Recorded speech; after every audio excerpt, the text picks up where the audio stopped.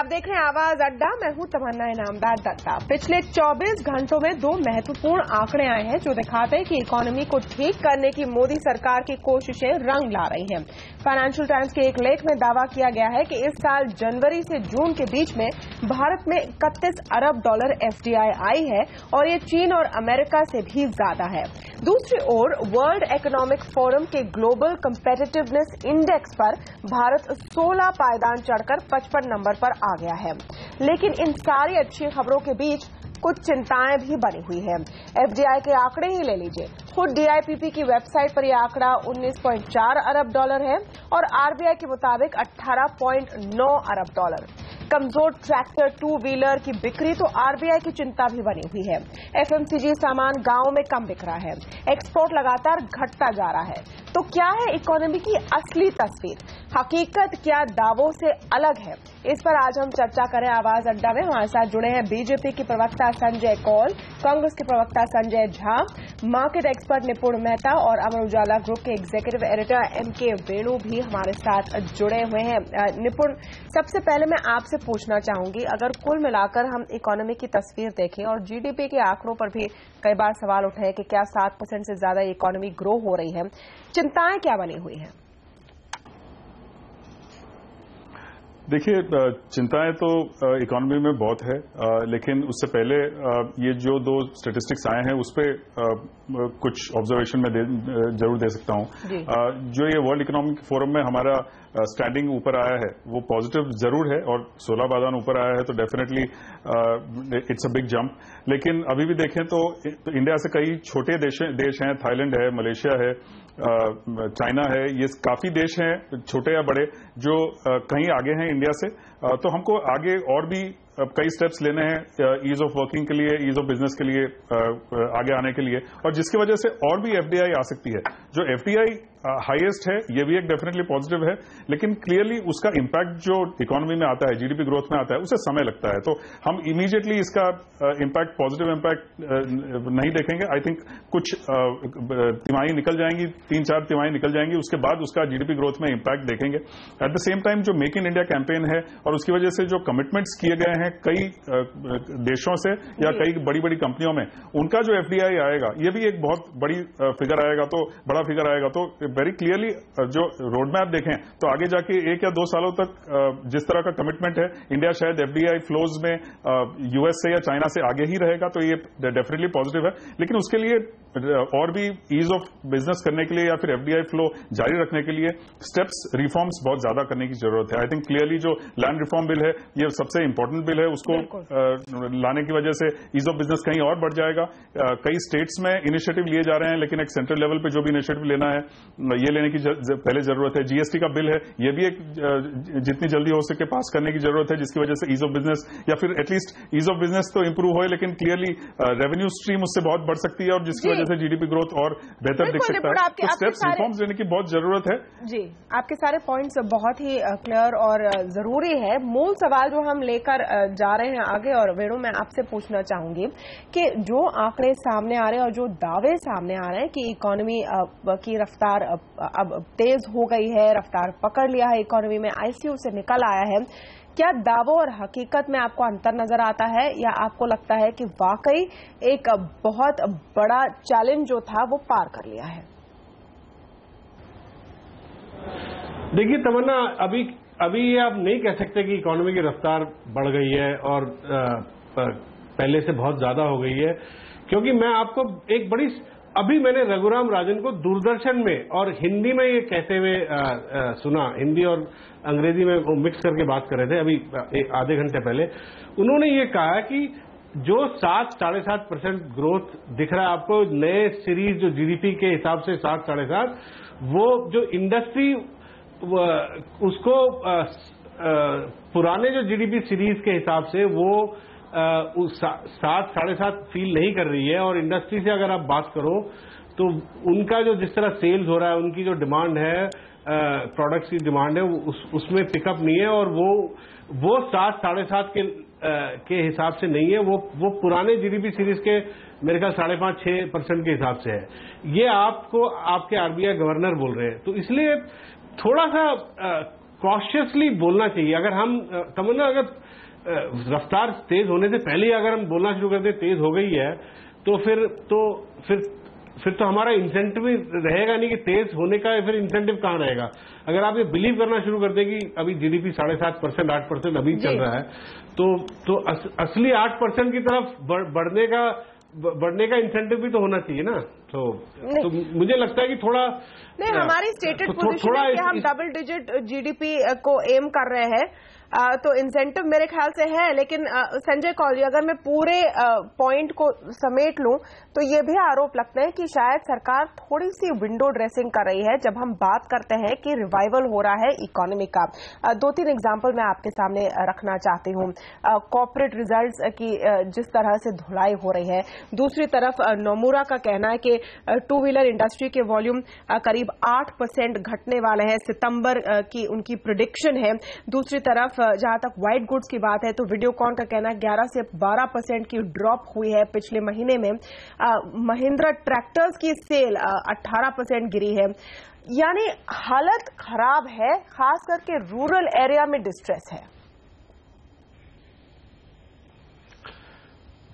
पहले तो मैं ये कहना चाह रहा हूं कि आपने बार बार इस शब्द का इस्तेमाल किया कि जो दावे दिखाई पड़ रहे हैं, जो दावे किए जा रहे हैं। पहली बात तो सरकार ने कोई दावा नहीं किया है। आपने जितना भी आज कोट किया है वो अखबारों की अपनी या इंडिपेंडेंट राय थी, और मैं मेनू साहब से और बाकी के सब पैनलिस्ट जिन्होंने अभी तक बोला उनसे सहमत हूं। अभी तो शुरुआत ही हुई है, अभी तो दिक्कतों से उभरने की कोशिश चल रही है। अभी किसने कौन सा दावा किया और किसने कहा कि हम सब कुछ कर चुके हैं? ये सरकार उस तरह की नहीं है। मैं दावा क्यों कह रही हूँ संजय कौल जी, फिर आप इत्मीनान से पूरा करें। मैं दावा इसलिए कह रही हूँ क्योंकि जो एफटी के फिगर्स है $31 बिलियन की, उसे सर्कुलेट किया है फाइनेंस मिनिस्ट्री ने और यही कोट किया गया है पीटीआई में। उस बिना पे मैं इसे दावा बोल रही हूँ। आज जो फिगर्स आई हैं उनको मैंने भी सर्कुलेट किया है बनाम स्पोक्स पर्सन होने के, लेकिन दावा का मतलब यह नहीं होता है कि ये प्रोजेक्शन हमारी की गई है। कहने का मतलब यह है कि अगर माहौल बदल रहा है और उसमें अच्छाई दिख पड़ रही है तो उसमें कोई मातम मनाने की आवश्यकता तो है नहीं। रही बात यह कि आपने कहा कि इसमें विंडो ड्रेसिंग की, पहली बात तो यह है कि सबको मालूम होना चाहिए कि एक सीरियस मैच्योर सरकार या लोग इस तरह की विंडो ड्रेसिंग करना नहीं चाहेंगे। मतभेद हो सकता है, आपके देखने का तरीका, आंकड़े गिनने का तरीके में मतभेद हो सकता है, लेकिन कोई किसी को धोखा नहीं दे रहा है। हम अपने आप से बात कर रहे हैं, पहली बात तो यह है। मगर जब माहौल बेहतर होता है तभी उसी समय पे याद दिलाना सबको कि माहौल कितना खराब है, यह भी मुझे लगता बड़ी अटपटी सी बात है। हम सबको मालूम था हम कहां हैं, कहां थे और कहां से कहां जाने की कोशिश कर रहे हैं। जब कोशिश थोड़ी सी कामयाब सी नजर आती है तो उसको ऑप्टिमिज्म जब बिल्ड होता है तो उसको होने देना चाहिए। और मुझे लगता है बार बार मीडिया की भी रिस्पॉन्सिबिलिटी है कि बार बार को इसको फोकस करके ये न कहें कि सारी दिक्कतें पार हो गई और सब ठीक हो गया। ये एक्सट्रीम्स पे जाने की आवश्यकता नहीं। मैं वेणु साहब के साथ बिल्कुल सहमत हूं, लेकिन मैं ये कहना चाहता हूं कि अगर इस तरह की बातें फैल रही, इस तरह का नजरिया फैल रहा है तो ये इस सरकार की कोशिशों के साथ साथ है। और मोदी जी के जो सारे एक्सर्शन है जिन पर बार बार चर्चा हो रही थी, साहब आप बाहर क्यों जाते हैं, उसका फंडामेंटल प्रिंसिपल सब लोग मिस्टेक करते हैं। वो मतलब यह होता है कि आपको लोगों को अपने तरफ आकर्षित करना है। मार्केट इकोनॉमी आपके ऊपर कोई गुलामी नहीं होती है उसकी। जब तक आप ये नहीं दिखा पाएंगे कि मैं आपके लिए ज्यादा कुछ करने को तैयार हूं, निवेश आपकी तरफ नहीं आएगा। तो आज मोदी जी की जो मेहनत है और इस सरकार की जो का नजरिया है वो यही है कि क्या हम सारी दुनिया को दिखा सकते हैं, हम इंटरेस्टेड हैं, हम कीन हैं, हम आपके लिए और कुछ करना चाहते हैं। हमारी कमियां भी हैं लेकिन उनको भी हम सुधारेंगे। ये उसका नतीजा है। और मैं ये कतई नहीं कह रहा हूं कि सब कुछ हो गया, मैं कह रहा हूं सब कुछ शुरू हुआ है। ओके, तो संजय झा जी, जैसे कौल जी कह रहे हैं कि ये बस शुरुआत है और एक तरह से कह रहे हैं कि सरकार ये दावा नहीं कर रही है, हालांकि उन्होंने अंत में ये भी दावा किया कि मेहनत का नतीजा नजर आ रहा है। तो फिर निंदा क्यों हो रही है? ये मीडिया पर भी आरोप लगा रहे हैं संजय कौल जी, लेकिन इसमें मैं कहूंगी कि हमारा काम है हर पहलू पर सवाल पूछना, तो वो हम कर रहे हैं। सिर्फ हम ऑप्टिमिस्टिक बातें नहीं कर सकते हर बार। लेकिन संजय झा, क्या ये बात सही नहीं है कि कम से कम 16 पायदान भारत का बढ़ना वर्ल्ड इकोनॉमिक फोरम के इंडेक्स पर, ग्लोबल कंपेटिटिवनेस इंडेक्स पर एक अचीवमेंट है या नहीं? तमन्ना जी, इसके पहले कि मैं आपके इस प्रश्न का जवाब दूं, अभी ताजा खबर जो पीटीआई के रिलीज में आया है, जो आपका आधिकारिक एक सार्वजनिक तरीके से जिसका रिलीज किया गया है, वो बहुत ही चिंताजनक है हमारे अर्थव्यवस्था के लिए। उसमें लिखा गया है, और ये आंकड़े सरकार की तरफ से आए हैं क्योंकि वो छुपा भी नहीं सकते हैं, कि कोर सेक्टर के 8 इंडस्ट्रीज में पिछले साल जब 5% का ग्रोथ था, इस साल 2.6% ग्रोथ हुआ है। तो अब आप देखिए, इसका मतलब ये ग्रोथ कम हुआ है। I mean 2.6% growth compare to 5%, मतलब कि आप पीछे जा रहे हैं। तो कौल साहब जब इतने आशावादी और इतने आक्रामक नजर आ रहे हैं तो उनको ये आंकड़े देखने पड़ेंगे, क्योंकि ये सिद्ध करता है कि एफडीआई का जो आंकड़े जिसके बारे में ये अभी बहुत कोशिश कर रहे हैं उसकी प्रचार करने की, और आपने सही कहा था तमन्ना दी, अंत में आधिकारिक जो हमारे पास आंकड़े हैं, इसलिए करना चाहती हूँ क्योंकि मैं उस कोर सेक्टर ग्रोथ के फिगर्स को देख रही हूँ। I am looking at those figures, और वहां पे मुझे आपको इंटरप्ट करना पड़ेगा क्योंकि यहाँ पर जो फिगर्स दिख रहे हैं मेरे सामने, ये बता रहे हैं कि कोर सेक्टर ग्रोथ पिछले साल के अगस्त के बनाम 2.6% बढ़ी है। कोर सेक्टर ग्रोथ बढ़ी है, ये आंकड़ा पॉजिटिव है। नहीं, आप मिस कर रही हैं। नहीं, आप मिस कर रही है पॉइंट। पिछले साल 5% ग्रो किया था और इस साल यदि 2.5% ग्रो कर रहा है, मतलब ग्रोथ कम हो रहा है। आपको तो ये परसेंटेज रिलेटिव टर्म्स में हो गए ना। यदि पिछले साल इकोनॉमी 10% पे ग्रो किया और इस साल 5% पे ग्रो किया, ग्रो तो किया लेकिन परसेंटेज तो कम हो रहा है ना, उसमें रफ्तार नहीं है, उसमें कोई निरंतर जोश नहीं है। खैर, मुझे ये जवाब देने दीजिए कि अंत में आप एफडीआई की फिगर्स को लीजिए, आप एफडीआई की फिगर्स को लीजिए तो रिजर्व बैंक का फिगर क्या कह रहा है, वो तो $19 बिलियन कह रहा है। और एफडीआई के फिगर्स सिर्फ ही एक कोई नमूना नहीं होता है कि अर्थव्यवस्था का हालत या स्वास्थ्य क्या है। अंत में आपको बेरोजगारी जो सबसे बड़ा एक सबूत होता है वो बढ़ रहा है। महंगाई, इसके बावजूद कि अंतर्राष्ट्रीय बाजार में इतनी तेल की गिरावट हुई, महंगाई खाद्य के पदार्थ में बढ़ती जा रही है। किसान की आत्महत्या, जिस तरीके का ग्रामीण स्थिति है उसमें इतना खराब हाल है कि इनको इसके बारे में तो यहाँ पर प्राथमिकता है नहीं। हम चाह रहे हैं कि पॉइंट बाय पॉइंट डिबेट हो। संजय झा, तो ये 3 मुद्दे जो आपने उठाए उस पर मैं संजय कौल से रिबट मांगूंगी। आपने महंगाई की बात की, आपने रूरल डिस्ट्रेस की बात की, यानी ग्रामीण स्थिति जो बहुत ही खराब हो चुकी है उसकी आपने बात की। तो इन दोनों पर, और जॉबलेसनेस की बात की आपने, बेरोजगारी की बात की, इन तीनों पर संजय कौल अगर आप जवाब दे सकें। जी हाँ, बिल्कुल खुशी से।